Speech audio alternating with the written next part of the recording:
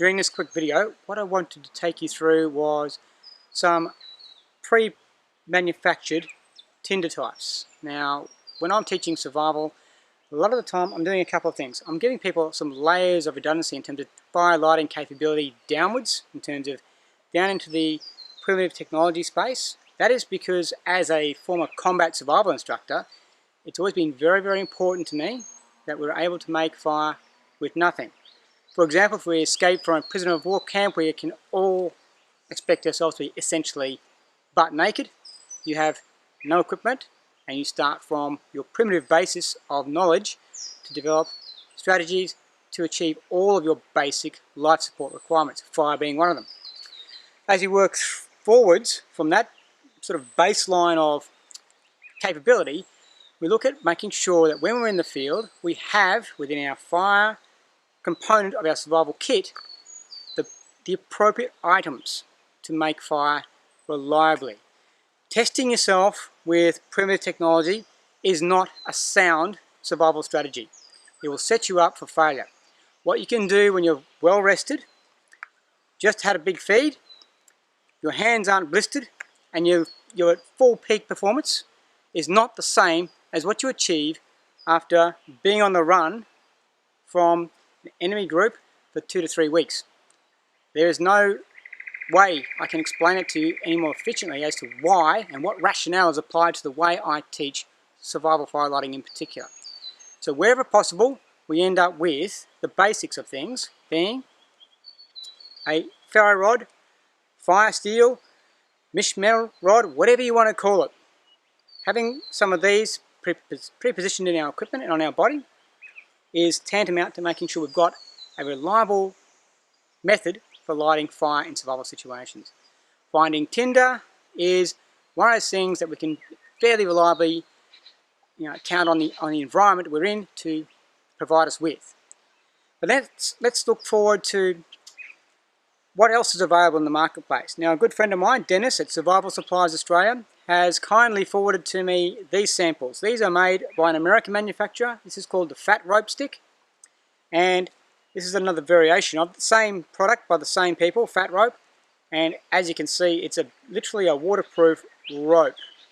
Now, if we have a look inside, you'll see that it is essentially rope fibre. Ignore the cotton wool, that's what I add into everything. So it's rope fibre, and it is being coated in an accelerant. So we'll have a quick look at how effective this is and how that might be able to complement your fire lighting capability. Remember, you need to have multiple strategies to light fire reliably. So let's have a look at that now, and then we'll discuss that in terms of what this might potentially be able to give to you.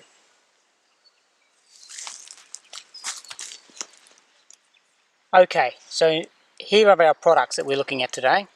We're going to put this one aside for now, but basically the inside component of this cordage is the same as this stuff in the tin.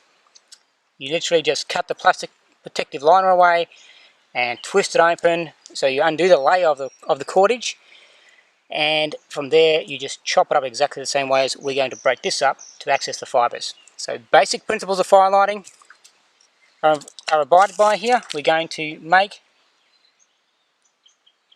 the filaments of our particular fuel as surrounded by air as we possibly can. So I'm just going to pull that apart, and there's some great footage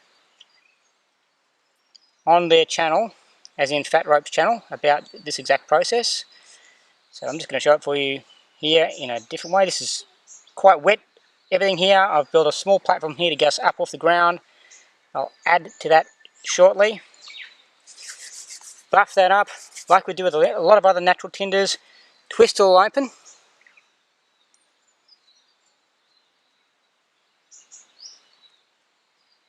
Get as much of that fibre material exposed to air as you can. It is coated throughout in an accelerant. So apparently it's a non-toxic product. So if you're used to working with things like petroleum jelly, that's probably a bonus. You need a reasonable quantity, like all tinder, to give you enough heat momentum to dry your next layer of moist kindling or tinder out. Alright, so that's what we end up with.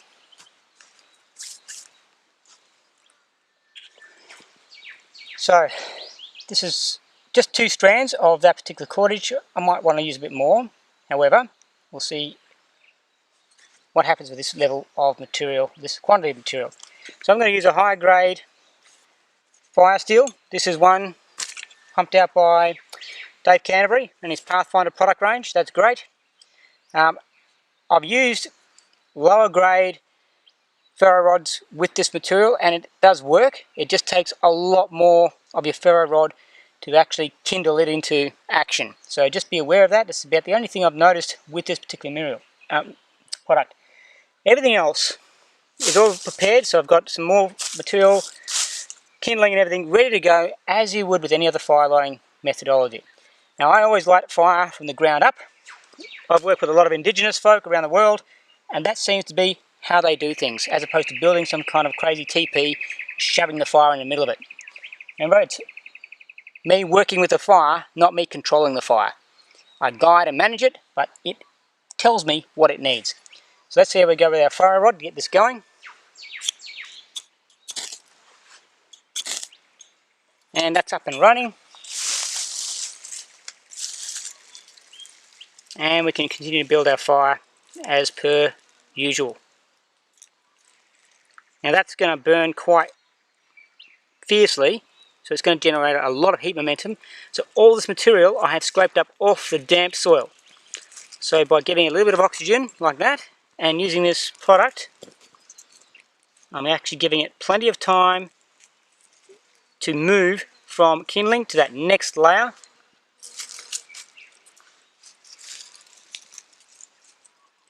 And have the heat momentum drive the moisture in my material out.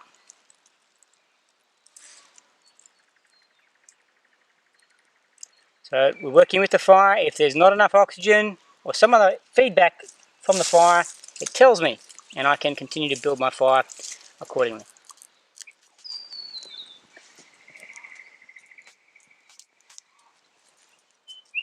So there you go. That is fat rope.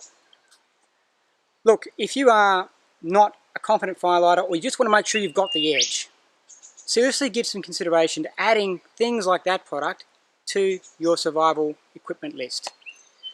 Don't ever have a hinge approach to it, i.e. you have to have this to get the fire lit. That's not a sound strategy for survival. Make sure you've got depth of understanding of numerous ways to light fire and to achieve all the other basic life support requirements. Otherwise you will set yourself up for failure. Make sure you utilize stuff like this the way it's designed to be used. That is to enhance your ability to light fire when conditions are wet. And we broke all the rules today. We picked up damp material, leaf litter, straight off the ground. We didn't take anything from any dry source, up in trees, around the base of trees, anything. We just grabbed it straight off the wet ground. And this was still had enough heat momentum to generate sufficient moisture driving out potential to get that stuff to kindle. And the fire burned just great. So the proof is in the pudding. That's what this type of thing is used for. I'd like to thank Dennis, particularly at Survival Supplies Australia, for throwing that through to me to have a look at. I find people sometimes need those extra little bits of gear to make them feel that little bit more confident. But just don't ever cross that line of becoming complacent and reliant upon one thing or another. So, let's leave it there. Get out, have a look around, re-examine your gear and work out what you actually can and can't do when the chips are down and it's bucketing down with rain and you need a fire lit.